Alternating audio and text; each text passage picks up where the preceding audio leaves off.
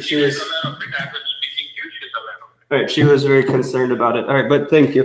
So, yes, the thing is, we didn't know about it. So, anyway, like I said, if you would have known it a little earlier, maybe this confusion would not have happened, but that's okay. Okay. Now we are ready to connect to Sadhguru and we can take the call. Thank you. Thank you. I'm ready to connect. I'm ready to connect now. Yeah, please stay on the line. I'll connect.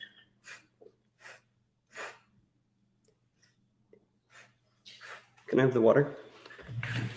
Thanks. That's on? That's on? தாங்கள் பேசிக் கொண்டிருக்கும் நபர் தங்களது அழைப்பை hold செய்துள்ளார். தயவு செய்து லைனில் காத்திருக்கவும். The person you're speaking with has put your call on hold. Please stay on the line.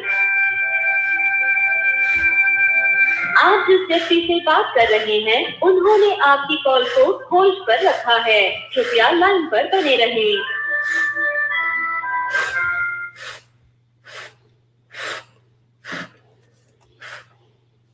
Namaskaram. Good morning, Kevin. Hi, namaskaram. Sadhguru, it's very nice to talk to you. Where are you in New York? I'm actually in Miami right now. My wife is going to have a baby soon, so we're just visiting her family before we go back to New York. Okay, but anyway, on the East Coast now, I just wanted to know the time. Yes, East Coast. Thank you for asking. I know you're in... Blessings to your wife if she's delivering a baby. Oh, thank you. Thank you. Yes, she's due in April, so we're very excited about it. So I know you're in India. You're in. It's 9 p.m. where you are right now, right? Something like that. 9:30. Yes. Yeah. How was your day? How's your day so far? Today is the Sankaranti festival. It's a harvest festival in India, so we've been busy. Wow. Celebration going on. That's awesome.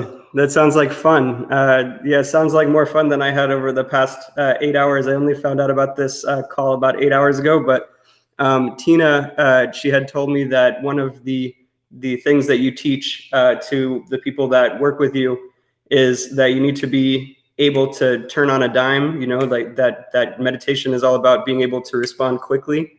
So I did my best. I did my best to prepare. Yeah, is that a Hindu teaching? I'm sorry, what is it? What is this turning like a dime? It's an expression in America. It means to be able to start to quickly respond to things, to quickly respond. Yeah. That's got nothing to do with meditation. If you want to live well, you have to quickly respond. Yeah, that's true. That's true. I think meditation has a lot to do with living well too. At least for me, it has really improved my life. So, and your videos have been really great too. So I'm really glad to be able to speak with you today. I want to just introduce myself first. My name is Kevin. I run a magazine here in the United States called Meditation Magazine. And you are really kind of, you and people like you are very much like the heart of the magazine. It's like, there's a lot of people in the West that think of meditation as like a very clinical thing, like something that you put into your like medical practice. But for me, it's been a very like spiritual thing, and it's really connected me. I feel with the universe, you know, I feel like more connected with the universe.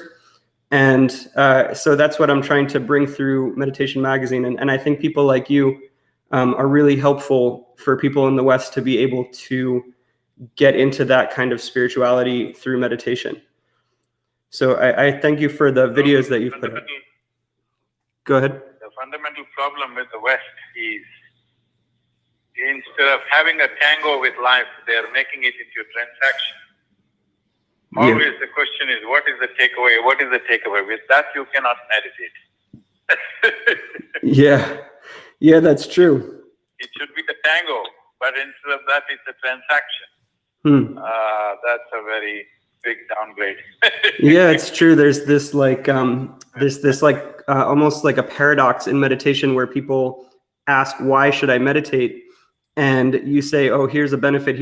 And then they're sitting and trying to meditate, but they're only thinking about the benefits and trying to get somewhere when the whole point is to just be here. It's very hard for the Western mind to wrap itself around that concept, to just be here and not try to get anywhere. Yeah. So I just wanted to ask you, I want to talk about your motorcycle trip, because to me, that's one of the coolest things that any world spiritual leader has done in my lifetime. And but before we do that, do you think it would be possible to do a short guided meditation to try to help our, first of all, me, because I didn't really sleep, and and also our listeners to be able to sort of relax into the conversation? Not like that. See, first of all, what we need to understand is, in the West, most people think meditation is some kind of a technique that you can do. See, meditation is not an act. It is a certain quality. Right now the problem is, the world is becoming very goal-oriented. That is, they want the fragrance. They are not bothered about the flower or the plant. But that's not how life works. If you put filth at the root of a plant, fragrance will come from the top, not because you ask for it, because that is the nature of the plant. So this whole thing about, okay, anytime let's do 5-minute meditation, this is a completely wrong approach to take. This is one reason why most people in the West will not become meditative ever if they go on like this, because you're thinking it's something you can quickly do. No, it's a quality. You can become meditation, but you can never do meditation. If you do a certain amount of cultivation for your body, with your physical self, with your mental self, with your emotional and energy selves, if you cultivate these 4 dimensions properly, you will become meditative. You will always live with the fragrance of meditation with you. But I want to just do it for 3 minutes, let's do one quick meditation and go. That's not meditation. Maybe you can chant, maybe you can… See, the problem is the English word meditation does not say anything specific. If somebody closes their eyes, it's meditation. Now if you close your eyes, you can do japa, tapa, dharana, dhyana, samadhi, shunya, or you may just, get the art of sleeping in vertical postures. So many things one can do. So, I'm sorry I'm saying like this, but as a meditation magazine, please get this across to people. It is not like going to work. Okay, I will do this. Today is my meditation day. Tomorrow is my running day. Day after tomorrow is my cycling day. It's not like that. You need to cultivate body, mind, emotion, energy in a certain way so that you become meditative as a quality, not as an act that you perform once in a way. I'm sorry I'm saying this. No, I appreciate your candor. I'd love to hear your insights on things. It's a very deep thing that you're talking about. Obviously meditation is something that, is like you said, is something that you do. You don't do it. It's something that you become, and it's something that is more of a long-term thing rather than a short-term, let's just do this right now type of thing. No, I'm not even saying it's long-term or short-term. See, right now, like you have breath, like you have thoughts, like you have emotions, all right? These are all different attributes of a human being. Similarly, meditativeness is another dimension. Unfortunately, most people did not touch it for whatever reason, all right? They became too goal-oriented. They're not interested in the process. They're not devoted to the process. They're only interested in the goal. All their distress is mainly because of that. The only problem that human beings have is, my life is not happening the way I think it should happen, isn't it? Do they have any other problem? Yeah. That's the only problem they have. It's not happening the way I think it should happen. I'm asking, are you thinking straight? Are you so very, very absolutely clear in your thought? No. Then it must be a fortune. Life is not happening the way you think it should happen. But unfortunately, that's what causes misery, because this is all goal orientation. What I want must happen, otherwise I will be miserable. No. How you need to be, if you fix this, you will be joyful. What to do with the world? According to our capabilities, we will act. Above all, our actions are not even about us. Our actions are always about the times in which we live, isn't it? If you were here 1,000 years ago, would you be running a meditation magazine? Obviously not. So I'm saying our actions are largely determined by the times in which we exist. But people think they are doing everything. No. Action is largely of the time. But how you are within yourself is entirely yours. Meditation is that dimension of life. It's not about what will I get, where will I go. That's not it. How will I be? How will I be means if there was a choice how to be, every human being would naturally choose highest level of pleasantness for himself or herself, isn't it? Yeah. If there was a choice between blissfulness and misery, what is your choice? What is anybody's choice? Definitely blissfulness. So essentially, in terms of experience, one thing is you want your life to be pleasant. Another thing is you want your experience to be profound. I'm saying whether somebody goes to the temple or somebody goes to the bar, somebody drugs, somebody meditates, what is their purpose? Fundamentally, you're trying to have a more profound experience than you have right now. So when it comes to human experience, you want your experience to be profound. When it comes to activity, you want your activity to be impactful. This is all there is to life. Unfortunately, experience and activity, people are mixing it up and getting confused. So, the impact is a main aspect of activity. When you perform activity, you want to have impact in the world. When you sit here, you want your experience of life to be profound. So I'm saying a drunkard, a drug addict, and one who is pursuing meditation or looking for God, all their purpose is same. Fundamentally, they're trying to have a profound experience of life, isn't it? Mm-hmm. Yeah. So right now, experience of life means there are many ways to look at it. One fundamental way is that every human experience has a chemical basis to it. What you call as peace is one kind of chemistry, joy another kind of chemistry, misery, agony, ecstasy, everything has a chemical basis. So this is the most complex chemical factory, the human mechanism. Now, if you are a great CEO, you will manage one way. If you are a lousy CEO, you will manage it another way. So experience of life is essentially determined by how you manage this mechanism of body, mind, emotion, energy. All this determines the nature of your chemistry. Because of that, you are either peaceful or joyful. But right now you're thinking you are peaceful or joyful because you got this or got that or did not get this or did not get that. So essentially, what should happen from within human experience, pain or pleasure, joy or misery, only happens from within us. But what happens from within you, you're trying to create it in the world. It's never ever going to happen. As a generation of people, never before another generation of people had these kind of comforts and convenience as we have. Never before. But nobody ever whined like us as a generation. Whining like crazy, everybody. Yeah, that's funny. That's true. So that was very profound, and it leaves me with a lot of questions. I do want to move on to the motorcycle trip in a minute. Getting too profound, we can talk motorcycles. No, I love the profundity. I love the depth. It's something that I feel like I'm going to listen to again later and gain new insights. But for now, I kind of just want to try to clarify for myself and maybe for our listeners too.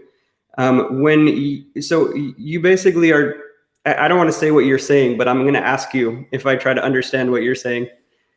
Basically that meditation is not something to try to force us into states that we want to be in, but rather almost to just like let go of the need to be any particular way.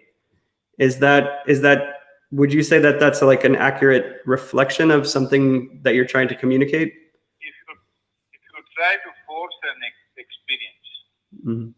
if you try to force an experience upon yourself, what will you do?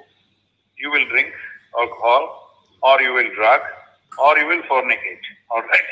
Because you want a quick experience of something. I'm not saying, I'm not even trying to morally judge all those things. I'm not somebody who looks at it morally. All I'm saying is, it's not sustainable, none of those things. Now suppose I teach you a way where you can sit here and your chemistry is just blissful, means absolutely blissful.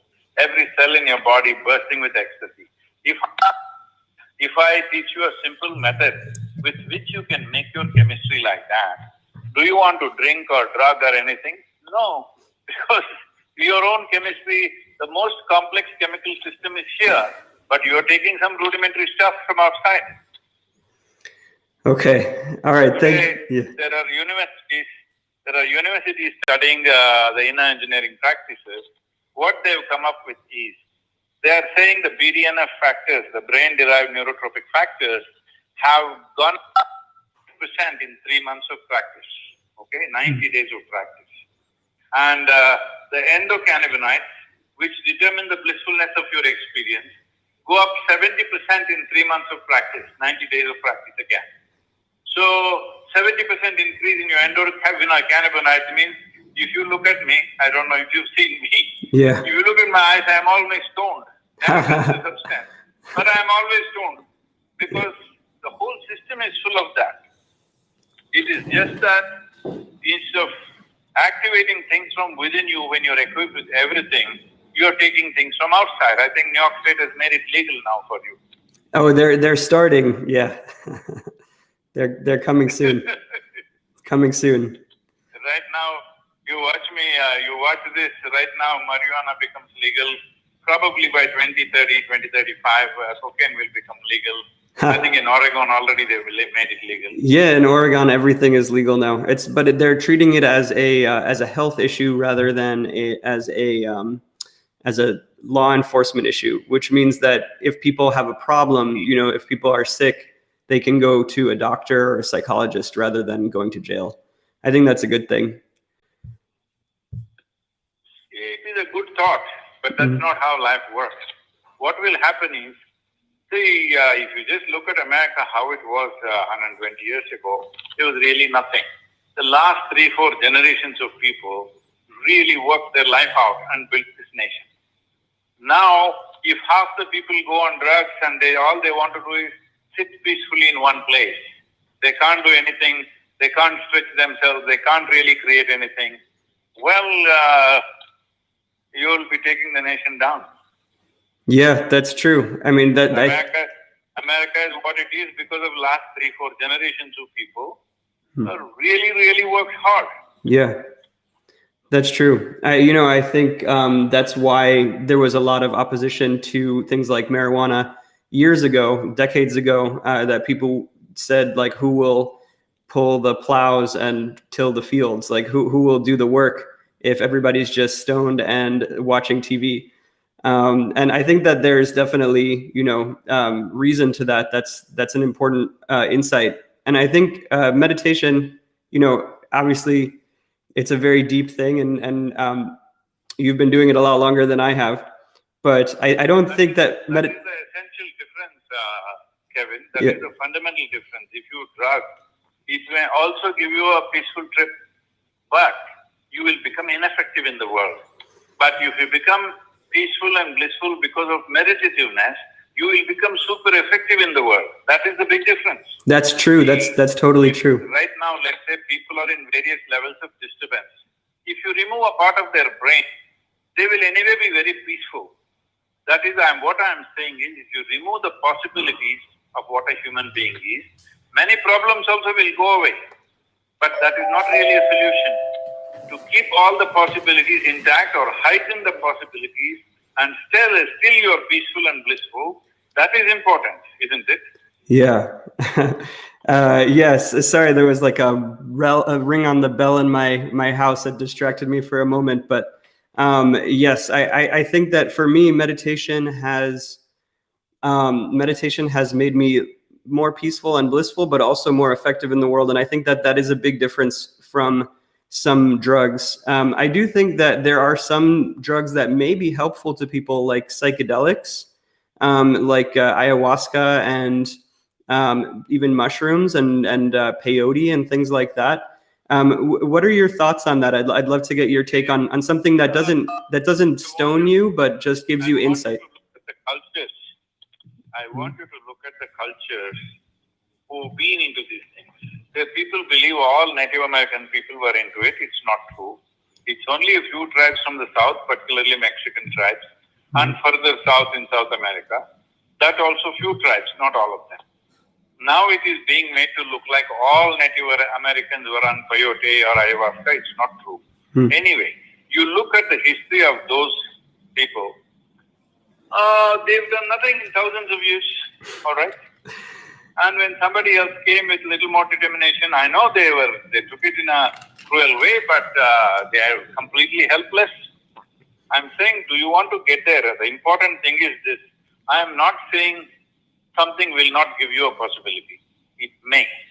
But I am saying that if you reduce the possibilities of your life, if your idea of being peaceful is to just sit in one corner on a comfortable chair, simply sit there, daze out a little bit, maybe your experience is good, but is that the way to explore human potential? Yeah, I understand what you're saying, and thank you for those insights. It's actually a great segue to talk about the motorcycle trip for a few minutes. Basically, you had been traveling around the United States on a motorcycle, which I think is amazing. It's so cool. It's they have a word here for it. It's called badass. It's like you became like you just like went up like 10 levels of cool in the American public's eyes, which I think is really cool. I guess you encountered some Native Americans in your trip, right? You kind of were going through the places, the sort of like holy or spiritual places of America. What were your favorite places and experiences along the way? Just now in the last 3 days, I made a painting of Mato Tipila. You heard of that, Mato Tipila, in Wyoming. Oh, in Wyoming? What is it? Mato Tipila? Mato Tipila, I think the white people called it as Devil's Tower. Devil's Tower, right. It's for a meditation magazine. I'm telling you, it's a must-visit place. Must visit. Must visit. Okay, great, awesome. Powerful place. Yes, the rocks have just risen. Like it looks almost like some celestial tree which was chopped off. It looks like a tree stump. Okay, but a massive one, raising hundreds of feet above the ground, and wow. It is so very powerful. I never expected such a place. That it was so fantastic, and that is the place where every year in the month of June for the solstice, the Sundance happens. I'm hoping I will be there for the next Sundance. Let me see. Wow, that's awesome. But it's a terrible place. Absolutely incredible place. I just made a painting of it. I just finished yesterday. Wow. Maybe I will ask them to send you a picture. That would be great, and we can include that in the magazine. We can include maybe a scan of the picture, or an image of the picture in the magazine. I think that will be really cool.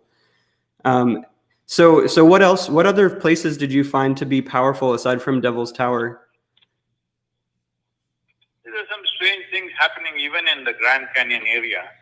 We just got down a little bit, just one level down. And the way the energies are there is unbelievable, just natural structures. But, the energies can be different ways. There are simply bursting energies in some places. In some places, the energy has a certain level of, a discretion, or there is, for lack of vocabulary, we can say it's a little more intelligent energy, that it can recognize certain things. There is discretion to it. So these things usually in India, we consecrate places like that. There are places with just sheer bursting energy. There are places where if you walk in, that energy identifies who you are and works in a certain way. But these are created by us. There are some natural places. But in United States, that whole belt from Montana down to Nevada and further down a little bit Arizona also, what I saw there was absolutely incredible. I'm thinking of making another quiet trip without anybody knowing, spending some time in these spaces, and maybe we'll write about it because it's amazing. It's just amazing. Nice. That's awesome.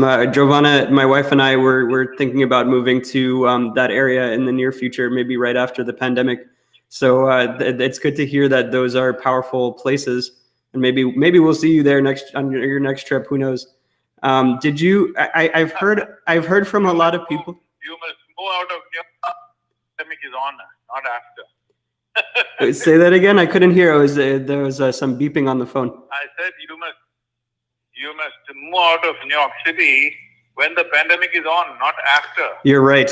We're having a baby, so it's a difficult time to move. Hang on, sorry. So I've heard from some people that Sedona, Arizona is full of really powerful energies. Did you feel that in Sedona? Yes, some parts of Sedona, like western part of Sedona, it's quite. I mean, not the way people talk about some vortexes and all. I don't see it that way. But these red rocks some of them are really, really exuding fantastic energy. Really nice. Yeah. But I found Mato Tipila probably the most prominent place that stays in my consciousness. Wow. That's why I came here, and now I just painted its image because it just grabbed me so strongly. Wow, that's awesome. I'm definitely going to visit there on my way out west after the baby is born. You had mentioned that in India that they consecrate these types of spiritual energy sites. And I think that there's a similarity in the Native American cultures that they also consecrate those sites. But in the sort of European culture where, the white people came from Europe and took over the Americas, they don't have that attitude. They have more of like, let's mine this, let's get oil out of this, let's take what we can out of this.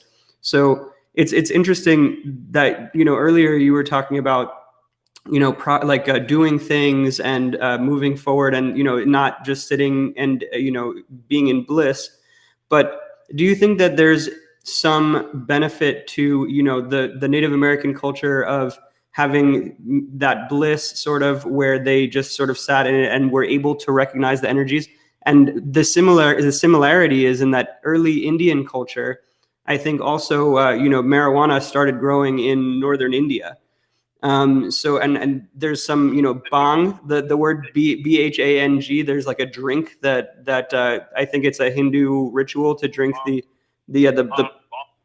marijuana drink. And there's actually some people that believe that these types of substances actually sparked humanity to become more conscious in a way and actually creates civilizations, create the Indian civilization and others, and I wonder if the consecrated sites, the realization of the energies of these places, came in part from that kind of consciousness that was sparked by these substances.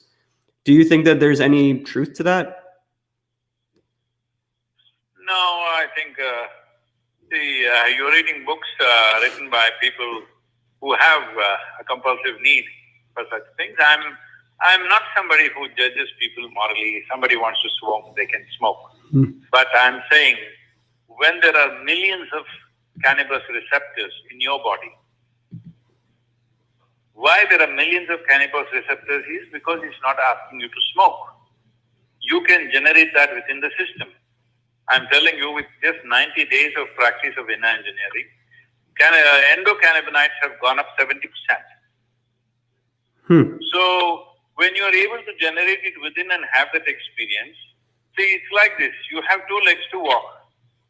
Somebody is walking with a crutch. And that guy starts writing books and philosophies. Crutch is the best way to walk. Everybody must walk with a crutch. It is so good. It is wonderful. It works like this. It works like that. Then all of you start walking with crutch. You do that. I'll walk on my two legs. I like it this way.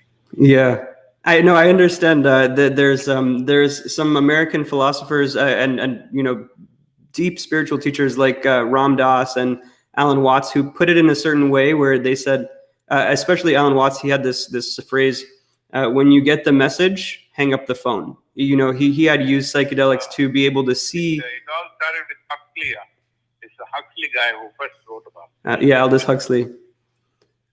Yeah, to be able to basically see, like there was another phrase, the drugs take you to the top of the mountain, they fly you by the top of the mountain, but in order to stay there, you need to make the difficult trek yourself.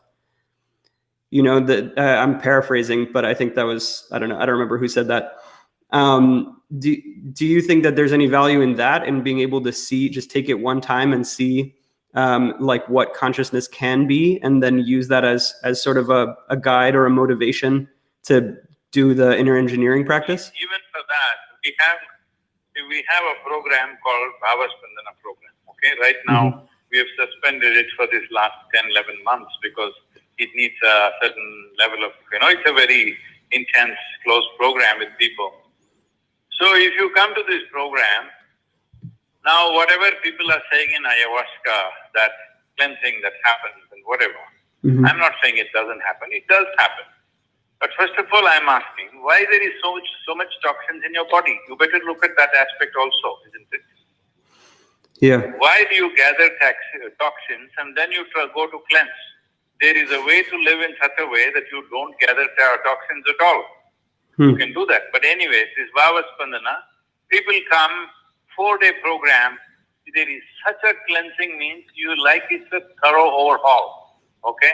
There is no drug, there is no weed, there is no anything. Just certain processes and meditations, a series of meditations, which will activate this in such a way, people will puke, people will get cleansed, and you will see people will come out like delirious and like that, and they stay like that for a few months. So I keep telling them, see, this is like a trampoline. I'm giving you a trampoline experience because I want you to see what's on the other side of the wall. Once you've seen that back, I believe you will have hunger to climb the wall. Yeah, that's true. The next program is not such an experiential program, but we will help you how to build a ladder. Once you have a ladder, which is not romantic work, there's nothing romantic about building a ladder, but it gets you across. That's the important thing. I understand. To be able to maintain it in your life. That sounds like a very smart structure for a meditation training program, or inner engineering program, as you call it. I just want to get back to the motorcycle trip, because I know your time is limited, and this is what the article is going to be about, the motorcycle trip. So I wanted to ask you, why did you choose the United States? What made you choose to do it in the United States? I've crisscrossed India on my motorcycles way back. I will send you, I just wrote a poem a week ago, which I think today it must be on the Twitter, Instagram, everything. You should just look at the Instagram. There's a poem called 1976. You will see me on a Czechoslovakian single-cylinder, two-stroke motorcycle, with which I went crisscrossed India many times. Okay, those days there were hardly any roads in India, but I rode all over. Wow. Yeah. So after that, I got busy with this work, and at that time, literally 4.5 years, I lived on the motorcycle. But after that, I got busy with this work, and I never sat on a motorcycle, not even think a motorcycle. So I was doing Rally for Rivers about 3 years ago, and people said, Sadhguru, you must ride. I was wondering, more than 29 years, I think, I've never sat on a motorcycle. Can I really ride after so many years? And somebody brought one motorcycle, I sat on it, and I realized I haven't lost a day, like I've been always riding. So since then, I have trouble getting into cars. I'm just riding all over, both in India also I'm traveling on a motorcycle. If I come to US also, I'm traveling on a motorcycle. Yeah. So when I came there, this happened to me in 2000, maybe 2000, I don't know, 8 or 7, I'm not good with these dates. Anyway, sometime we can get you the right date. So I was in Cookville area near the Central Hill Lake. I was writing a book, so I was staying in somebody's cottage and working on this book. And I was just taking a walk in the forest. Then I encountered something there. I encountered a Native American spirit standing there, just standing there still, I don't know for how long, maybe 100 years or so, 150 years or so, just standing there in utter shame and pain and kind of suffering that I have never seen in my life. So probably that was the most painful moment of my life. When I touched this being, it was like that. So I wrote a poem called America at that time. I'll ask them to send that to you also. I don't know who you're in touch with in US. Yeah, I'm in touch with Whoever you're Tina. in touch with I US. think she'll send it to me. She's very good, very responsive. Who is that? Tina. Tina shares it. Yeah, she's really good. Okay, you asked for this poem, America. I wrote this poem, and since then I've been trying to educate myself about the Native American culture. Then we realized that this Tennessee area is where the Cherokee land was. That is one of the main reasons why we bought land there, where the Trail of Tears, the head of Trail of Tears is there. That's why I set it up, because there was such a morbid kind of energy to the land. Wow. We did certain work to change that quality. And last 12, 13 years, I've been thinking about this, but my schedules never allowed. Now, thanks to the pandemic, the schedules have been broken. So I decided to ride. And I could have driven a car, but always the Native American people said it's blowing in the wind. Yeah. So I thought if it's blowing in the wind, the best thing is to confront the wind on the motorcycle. So I rode 9,477 miles Wow. in 36 days. Wow, that's awesome. That sounds like fun. And we shot probably, I don't know, we shot many, many hours and hours of video. We have spoken about this, which is all being curated now. I think it'll be published in the next month or two. Awesome. That's so cool. I hope that I'm sure you'll share it on your social media, and we'll share it too. That sounds really cool. It's kind of funny because in America, the bikers are usually these burly guys who like to fight and curse and drink a lot of alcohol. So they're not motorcycles. Yeah. Those are not motorcycles. They are cars cut into half. I was riding a real motorcycle. Oh, okay. The Harleys. You don't believe in Harleys. You like the ones where you have to bend over. That you have to lean over. No, the Harleys are.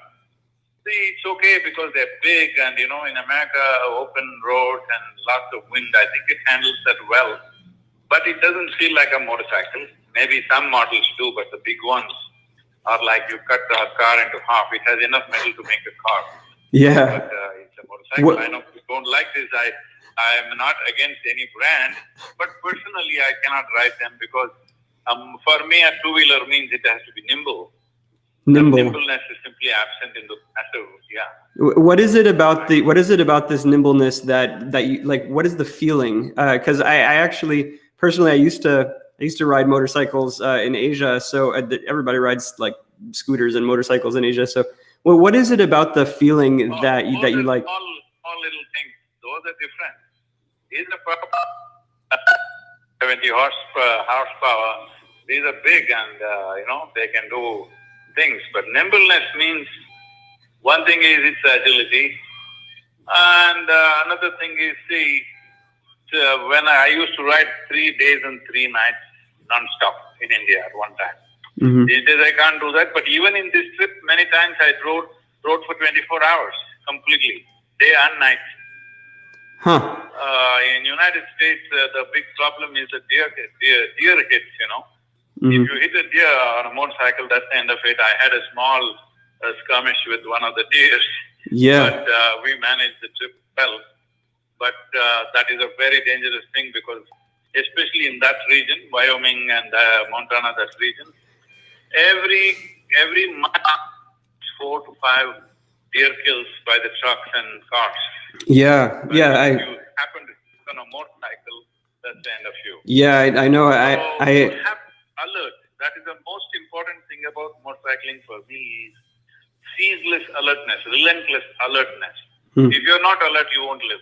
Yeah. I like that. It really keeps you on the it keeps you on the edge of the present moment. It really keeps you here.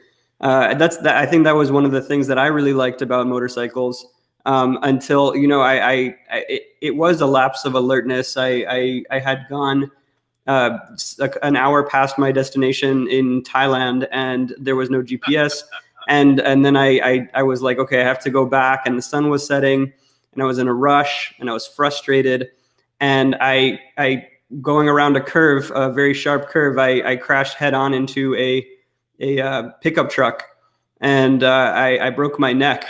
Yeah, it was not good. I broke my neck and had to relearn to walk and everything. You're not made for motorcycles. You need to rethink yourself.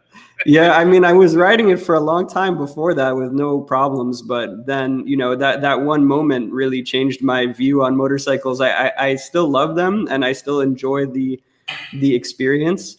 But when I laid there on the ground and, you know, half of my hand was basically missing and like I couldn't move, I kind of felt like I should have been driving a car. You know, just be careful on those motorcycles, Sadhguru. I know you already are. So yeah, I really loved the rush and the freedom and the feeling of being present.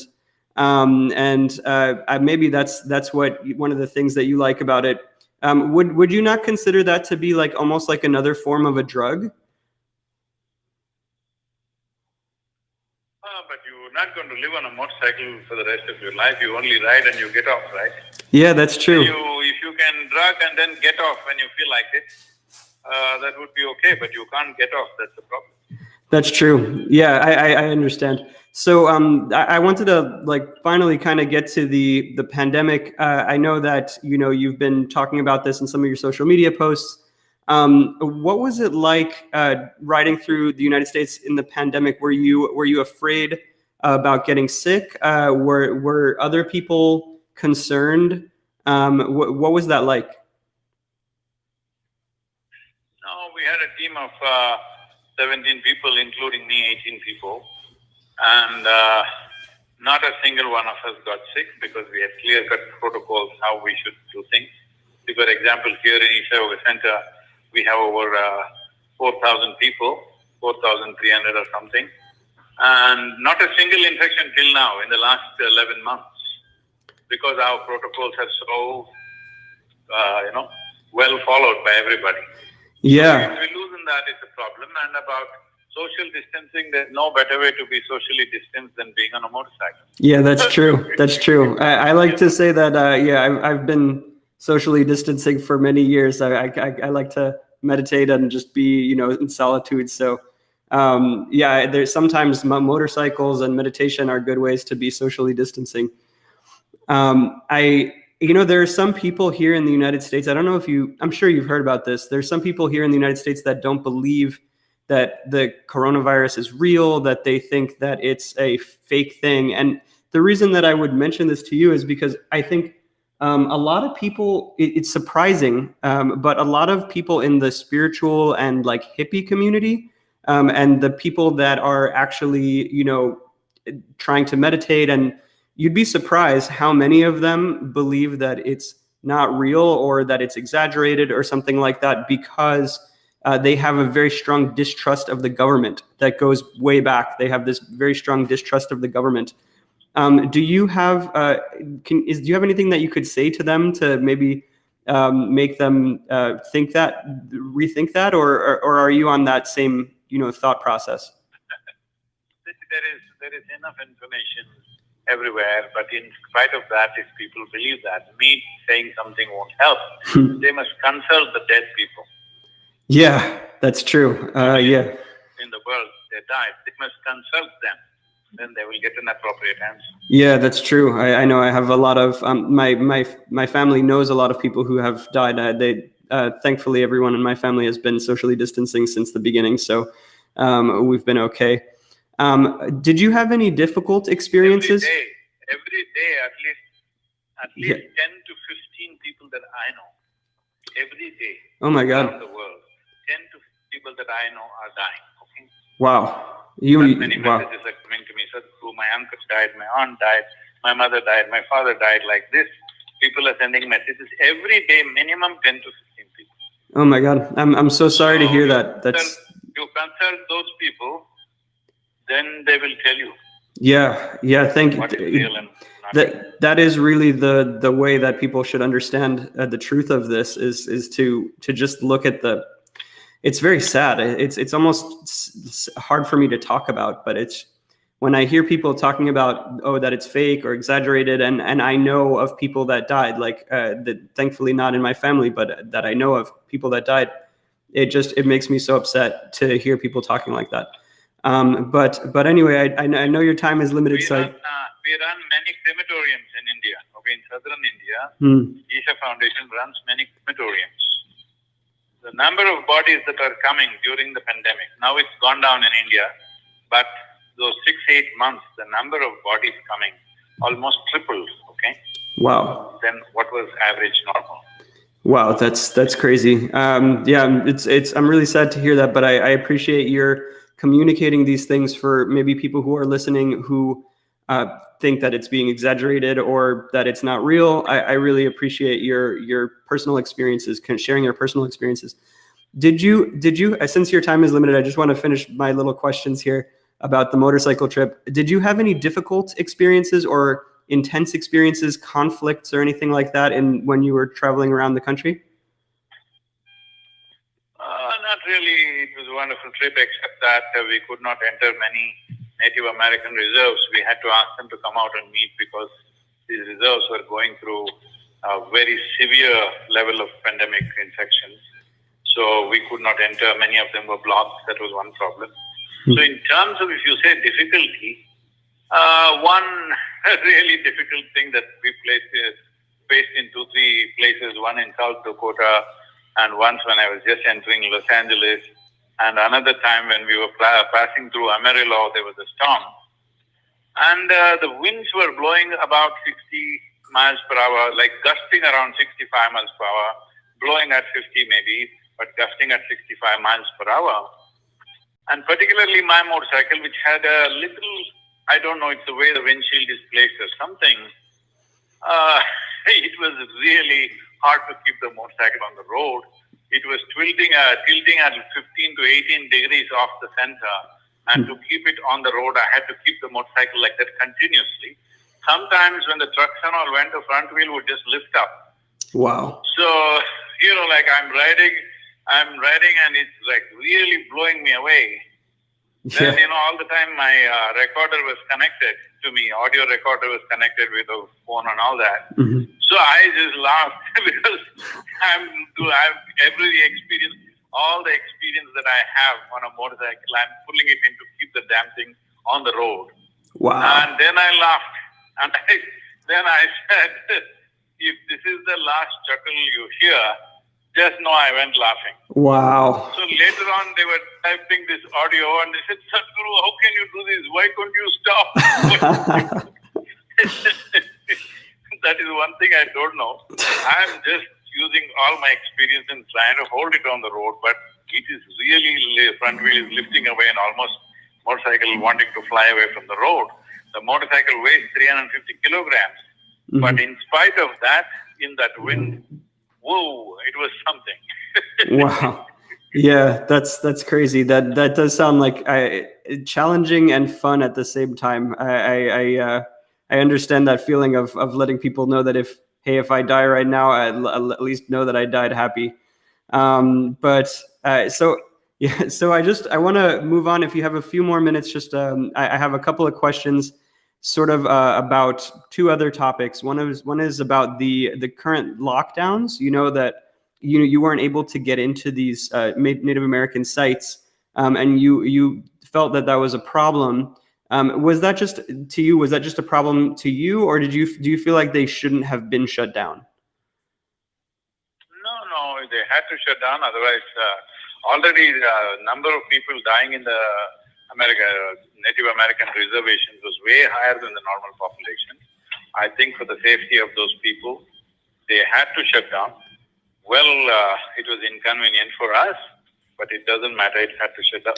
No regrets about it. First of all, I got the time to travel only because of the pandemic. Otherwise, my schedules would be never allowing me to make a 36-day motorcycle trip. Yeah, that's true. Yeah, I understand. So for people who are right now, there's a lot of people stuck at home in lockdowns that are not able to work. And the United States right now is not allowing, they're not, the government isn't helping as much as it should for a lot of different types of people, or at least that's my opinion. Some people don't have, work right now and they still have to pay rent or mortgage. They still have to pay their expenses and they're stuck at home. And it's a very stressful situation. I'm not saying what's right or wrong in terms of what the government should do.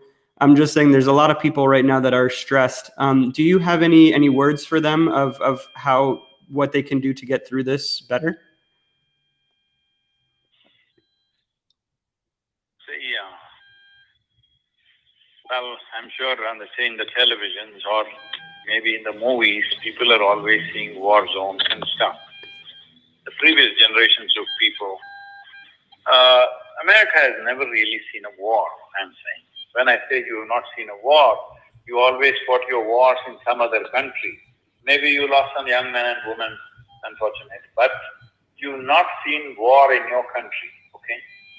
So if you look at World War II, if you look at World War I, what happened in Europe and that kind of stuff? Well, compared to a war or a famine or a flood or an earthquake, this pandemic is much better because this is a softball. If you are conscious and your behavior is very responsible, then you can easily pass through that. All it's demanding is a conscious, responsible behavior.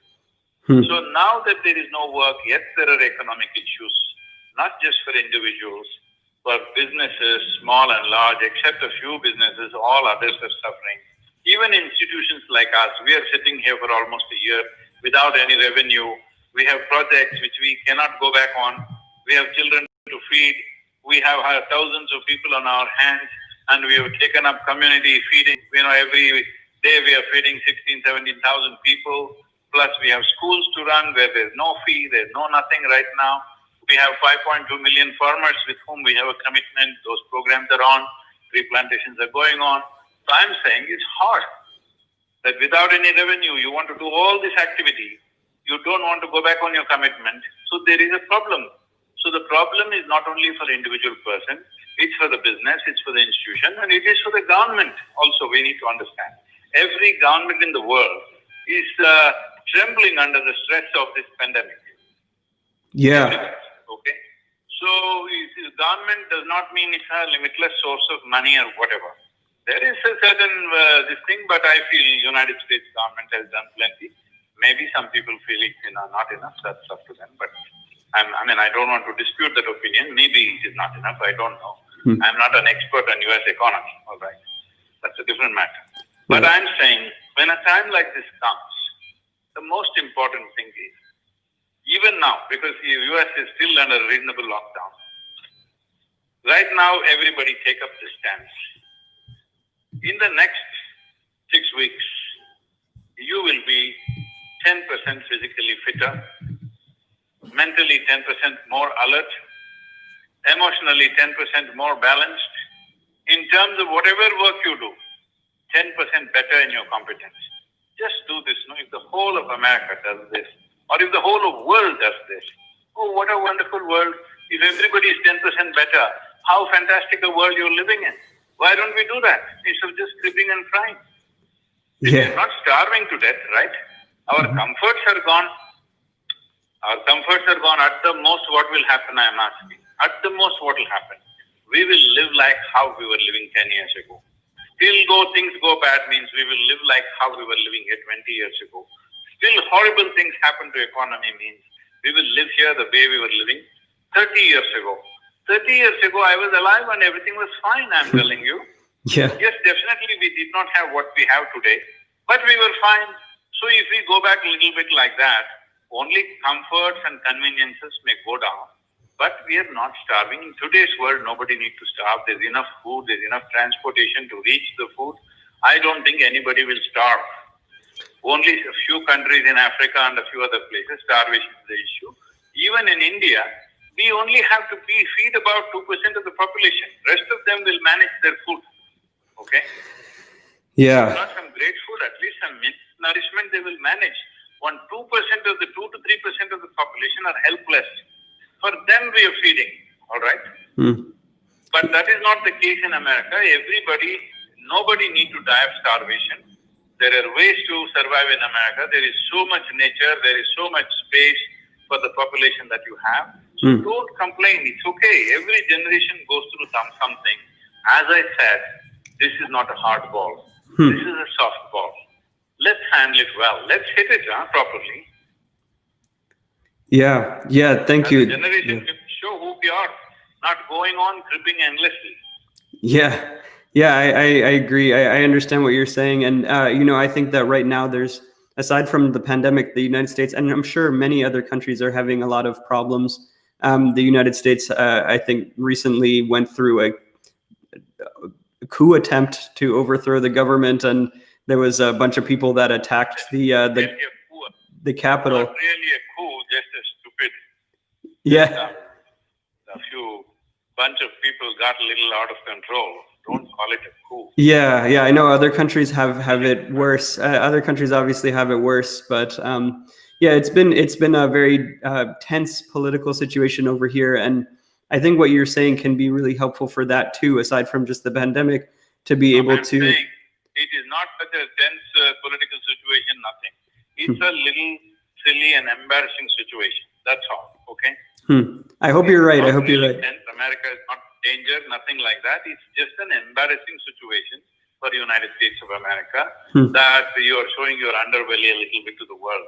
So it's time you correct that. Yeah. How do you not think, oh, the country will fall apart? It's not going to fall apart like that. Oh, I hope you're right, Sadhguru. I mean, you say we should correct it, but I mean, a lot of us, we just want, peace and happiness in the country, and to take care of the poor people, and to try to make the country a happier place, more productive and better for everyone. But it seems that there's a lot of people that don't care about that, that just care about winning or being right. Do you how can we heal that? How can we heal that type of thing when we can't control their actions? That you can't do just with one election. That needs a generation of work.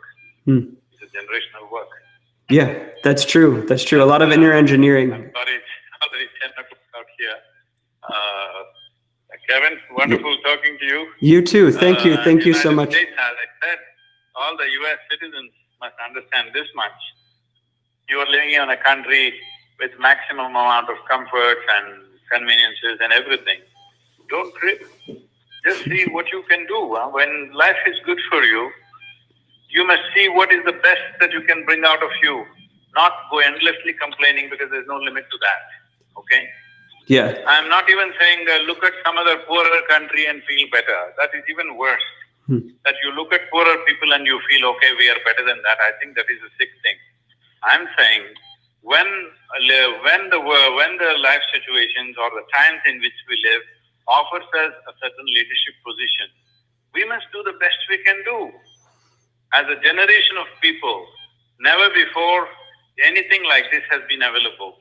That is the technologies that we have, the reach that we have, everything. So for example, right now, see, I'm here in India and I'm talking to you. Was this possible 100 years ago? Was this no, possible not really. for any of the great beings who came, a Buddha or a Krishna or a Jesus? Could they do this? I'm asking. Not on a phone. This is the first time. Yeah. When we can communicate with every human being on the planet. At this time, if we do not transform humanity, it means we just don't care. Okay? Let's make it happen, Kevin. Yeah, let's make it happen, man. That's what we're trying to do here. I see that's what you're trying to do over there in India and all around the world. And we sincerely appreciate it, Sadhguru. We appreciate everything that you're doing for the world now. And thank you. I just want to say thank you from the bottom of my heart for that. Okay, I guess that's the end. Well, that was the interview with Sadhguru. That's going to be in the Meditation Magazine. And I hope that you enjoyed it. And if you want to see the picture that Sadhguru painted of Devil's Tower, and if you want to read our analysis of this whole thing and our quotes from the interview, and some really great photos that they've sent us from India, from his trip, then just check out meditationmag.com/subscribe. That's where you can find to be able to subscribe to the magazine. Meditation Mag, like magazine.com/subscribe. And you can subscribe, and we'll send you this one when it comes out, and we'll even send you a couple of back issues just for subscribing as a bonus. Thank you so much for joining us today. And we'll have more of these types of interviews in the future. Hopefully the other ones will all be video. A lot of the interviews that we do are video, where it's you can see both of us. This one had to be audio. It's just the way that they had to do it today. But and maybe we'll have another chance to talk to Sadhguru in the future on a video type of call similar to this one. So thank you so much once again. If you have any questions or anything, feel free to message us on YouTube or Facebook. And it's on Facebook. It's facebook.com/the meditation magazine. It's a long name because the other ones weren't available. On Instagram, it's meditation mag, and on the internet, it's meditationmag.com/subscribe. So thank you guys, and thank you for everyone who helped to make this happen. Especially thank you to Tina, who coordinated all of this, and to Giovanna for helping behind the scenes here, and for everyone who helped out here. So thank you guys so much, and have a beautiful